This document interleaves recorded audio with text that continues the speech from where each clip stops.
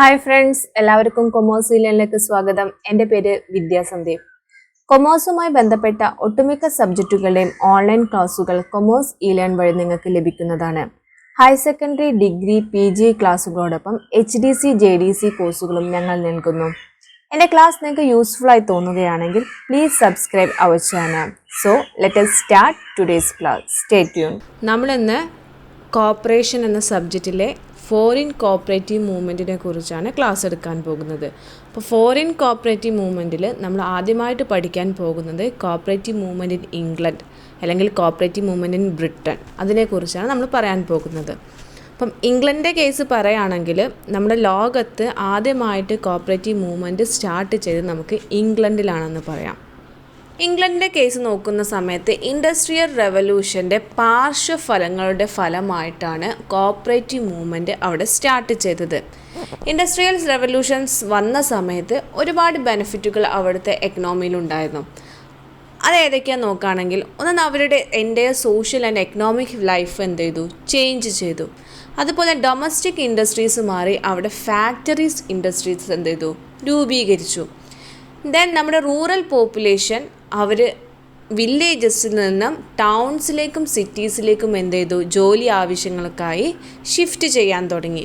അതേപോലെ നമ്മുടെ ട്രാൻസ്പോർട്ടേഷൻ ഫെസിലിറ്റീസും കമ്മ്യൂണിക്കേഷൻ ഫെസിലിറ്റീസും എല്ലാം ഇമ്പ്രൂവ് ചെയ്തു. അതുകൊണ്ട് തന്നെ ആളുകൾക്കുള്ള ആ ഒരു ഐസൊലേഷൻ ഓഫ് മെനി പ്ലേസസ്, നമ്മുടെ സ്ഥലങ്ങളുടെ ഒരു ഐസൊലേഷൻ എന്ന പ്രോബ്ലം ഈ ഒരു ഇൻഡസ്ട്രിയൽ റെവല്യൂഷൻ്റെ ഭാഗമായിട്ട് നമുക്ക് സോൾവ് ചെയ്യാൻ തുടങ്ങി. ഇങ്ങനെയൊക്കെ ഒരുപാട് ഗുണങ്ങൾ ഉണ്ടെങ്കിലും ഇൻഡസ്ട്രിയൽ റെവല്യൂഷൻ ഒരുപാട് നെഗറ്റീവ് ഇമ്പാക്റ്റുകളും ഇംഗ്ലണ്ടിൻ്റെ എക്കണോമിയിൽ ഉണ്ടാക്കിയിരുന്നു. അപ്പോൾ അത് ഏതൊക്കെയാണെന്ന് നമുക്ക് നോക്കാം. The factory system created new problems for the government and the people, namely low wages, unemployment, labour disputes, exploitation of child labour and slums. അതായത് ഫാക്ടറി സിസ്റ്റം അല്ലെങ്കിൽ ഇൻഡസ്ട്രിയൽ റെവല്യൂഷൻ ഒരുപാട് പ്രോബ്ലംസ് ക്രിയേറ്റ് ചെയ്ത് നമ്മളെ ഗവൺമെൻറ്റിനും അതുപോലെ തന്നെ അവിടെയുള്ള സാധാരണക്കാരായ ജനങ്ങൾക്കും. ഒന്നാമതെന്ന് പറയണമെങ്കിൽ ലോ വേജസ് ആയിരുന്നു. ഓക്കെ, അവിടെ വർക്കേഴ്സിന് ഒരുപാട് ടൈം വർക്ക് ചെയ്തിരുന്നു, പക്ഷേ അതിന് ഈക്വലായുള്ള വേജസ് അവർക്ക് നൽകിയിരുന്നില്ല.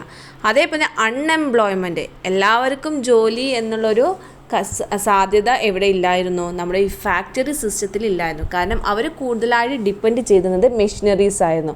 അതുകൊണ്ട് തന്നെ അൺഎംപ്ലോയ്മെൻറ്റ് എന്ന പ്രോബ്ലം നമുക്ക് എവിടെ കാണാൻ സാധിച്ചു, നമ്മുടെ ഇംഗ്ലണ്ടിൽ കാണാൻ സാധിച്ചു.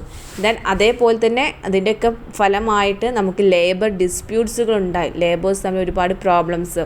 Then exploitation of child labours and slums, നമ്മുടെ ചേരി പ്രദേശങ്ങളും അതുപോലെ തന്നെ ഒരുപാട് കുട്ടികളെയൊക്കെ ഉപയോഗിച്ചിട്ടായിരുന്നു എന്ത് ചെയ്യുന്നത്, ഈ ഒരു ഫാക്ടറിയിൽ വർക്ക് നടത്തിയിരുന്നത്. അപ്പോൾ ഇങ്ങനെ ഒരുപാട് economic and social problems create ചെയ്തു, ഈ ഒരു ഇൻഡസ്ട്രിയൽ റെവല്യൂഷൻ ക്രിയേറ്റ് ചെയ്തു.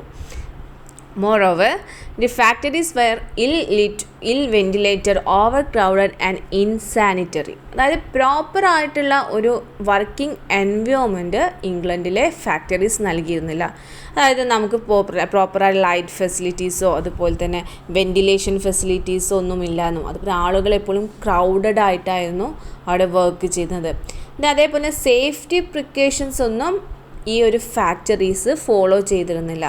Safety precautions and devices were neglected. Okay, അപ്പോൾ അതുകൊണ്ട് തന്നെ എംപ്ലോയീസിന് അല്ലെങ്കിൽ ലാബേഴ്സിനൊക്കെ ഒരുപാട് ആക്സിഡൻസും കാര്യങ്ങളൊക്കെ എവിടെ ഉണ്ടാവാൻ തുടങ്ങി, ഈ ഒരു ഫാക്ടറീസിൽ ഉണ്ടാവാൻ തുടങ്ങി. The economists, political thinkers and social reformers all started applying their mind towards finding a solution to these problems.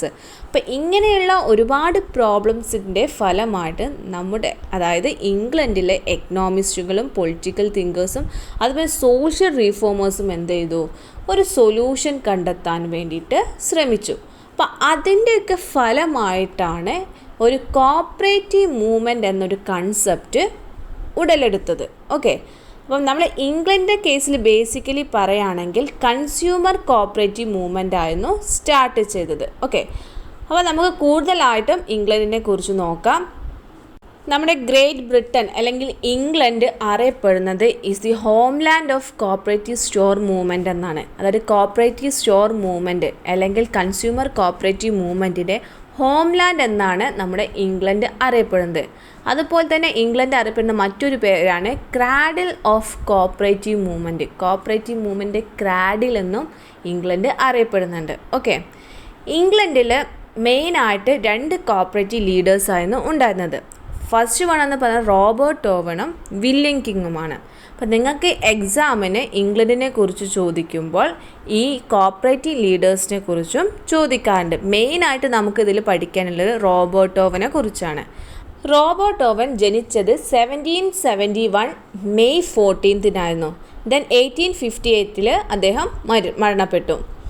Robert Owen അറിയപ്പെടുന്നത് father of cooperation in the world ആണ്. നമ്മുടെ വേൾഡിൽ തന്നെ, നമ്മുടെ ലോകത്തിലെ കോപ്പറേറ്റീവ് മൂവ്മെൻറ്റിലെ അല്ലെങ്കിൽ കോപ്പറേഷൻ്റെ ഫാദർ എന്നാണ് ആരറിയപ്പെടുന്നത്?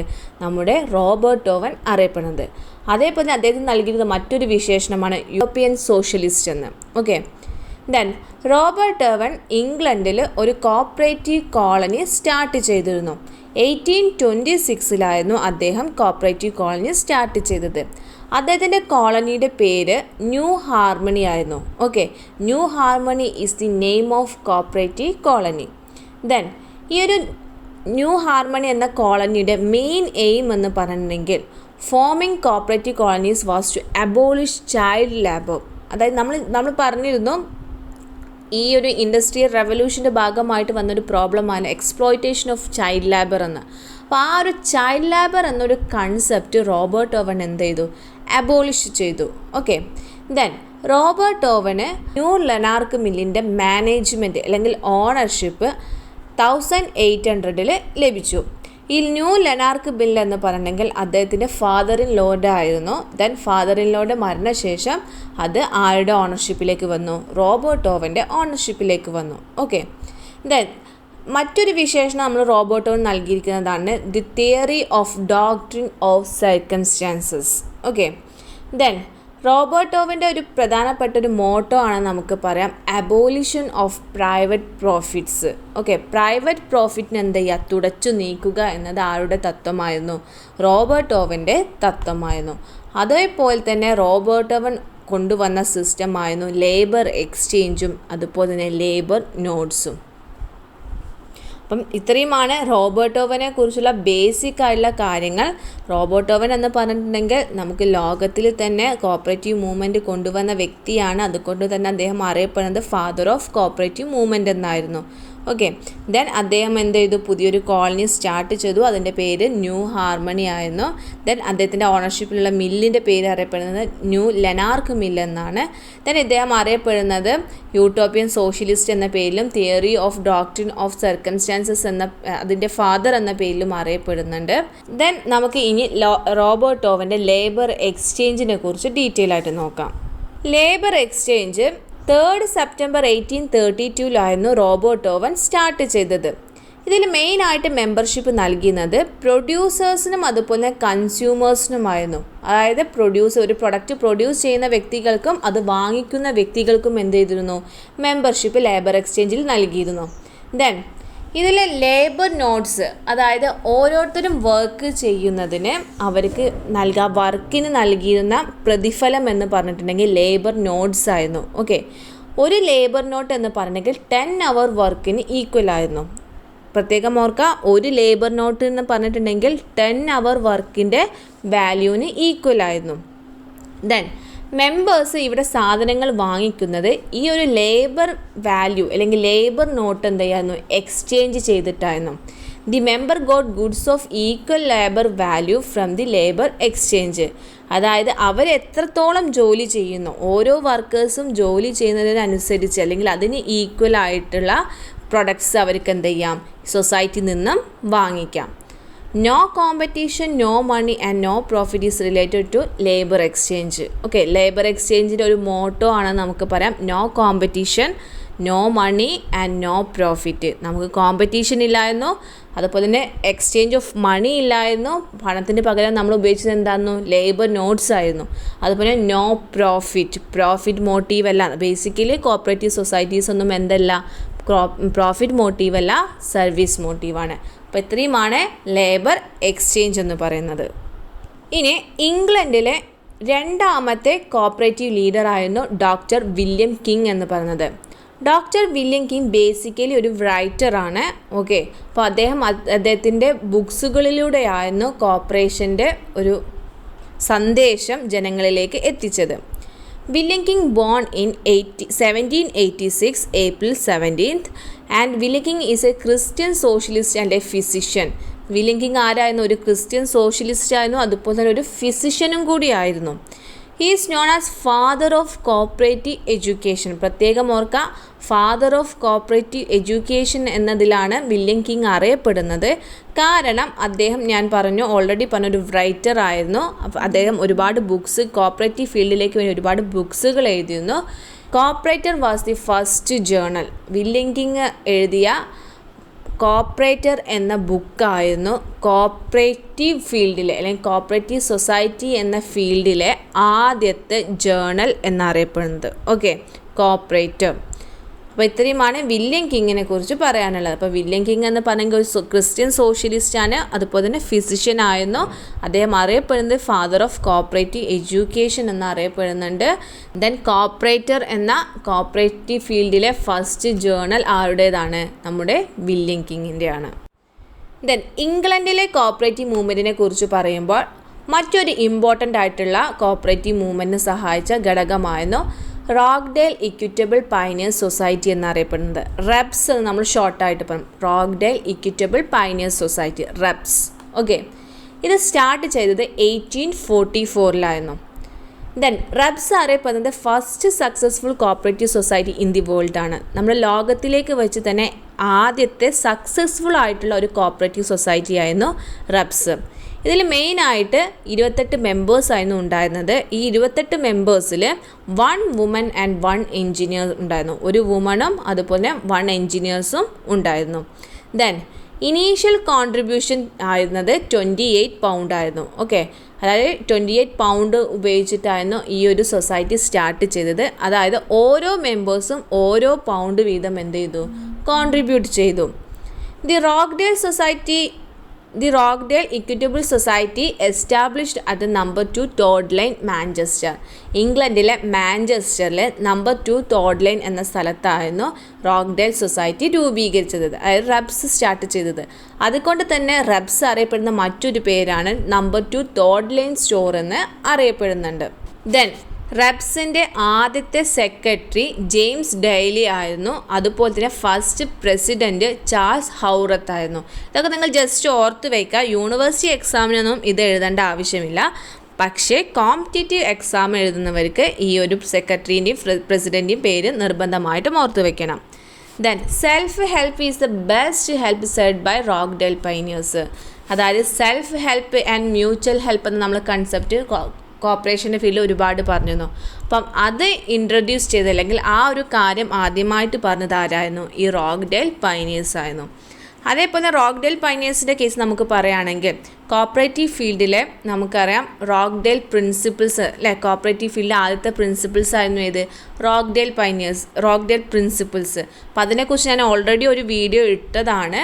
അപ്പോൾ അത് ഞാൻ ഡിസ്ക്രിപ്ഷൻ ബോക്സിൽ അതിൻ്റെ ലിങ്ക് കൊടുക്കാം. അപ്പോൾ ആവശ്യമുള്ളവരത് നോക്കാം. അപ്പം റോക്ക്ഡെയിൽ പ്രിൻസിപ്പിൾസ് അല്ലെങ്കിൽ കോപ്പറേറ്റീവ് ഫീൽഡിൽ ആദ്യത്തെ പ്രിൻസിപ്പിൾസ് ആയ റോക്ക്ഡെയിൽ പ്രിൻസിപ്പിൾസ് കൊണ്ടുവന്നത് ഈ റെപ്സ് ആയിരുന്നു. Then Rochdale Pioneers initially added 4 items. There are flour, oatmeal, sugar and butter. അതായത് 4 items ആയിരുന്നു ഇവർ മെയിനായിട്ട് ഈ റെപ്സ് വഴി ഡിസ്ട്രിബ്യൂട്ട് ചെയ്യുന്നത്. ഒന്നെന്ന് പറഞ്ഞെങ്കിൽ ഫ്ലോർ ആയിരുന്നു, then oatmeal, sugar and butter. Then ഇവരുടെ റോക്ക്ഡെയിൽ പയനിയേഴ്സിൻ്റെ പ്രോഫിറ്റിൻ്റെ 2% ഇവർ റിസർവ് ഫണ്ടിലേക്ക് ട്രാൻസ്ഫർ ചെയ്തിരുന്നു. അതേപോലെ തന്നെ ഈ ഒരു സ്റ്റോർ ഓപ്പൺ ചെയ്തിരുന്നത് അല്ലെങ്കിൽ പബ്ലിക്കിന് ഓപ്പൺ ചെയ്ത് കൊടുക്കുന്നത് എല്ലാ മൺഡേസും അതുപോലെ തന്നെ സാറ്റർഡേസും ആയിരുന്നു. അപ്പോൾ ഇത്രയുമാണ് റോക്ക്ഡെയിൽ പയനിയേഴ്സിനെ കുറിച്ച് പഠിക്കാനുള്ളത്.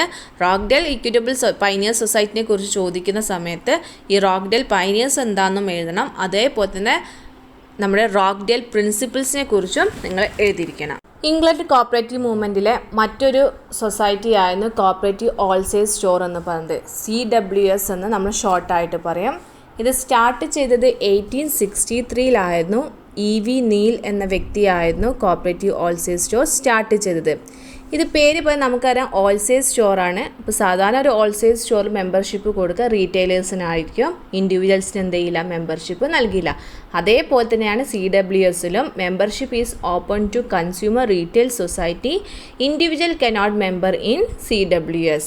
Then each member society should purchase at 1 share worth £5. ഓരോരുത്തരും മെമ്പർഷിപ്പ് എടുക്കണമെങ്കിൽ സൊസൈറ്റിയുടെ ഷെയർസ് വാങ്ങിച്ചിരിക്കണം. ഒരു ഷെയറെങ്കിലും മിനിമം വാങ്ങിച്ചിരിക്കണം.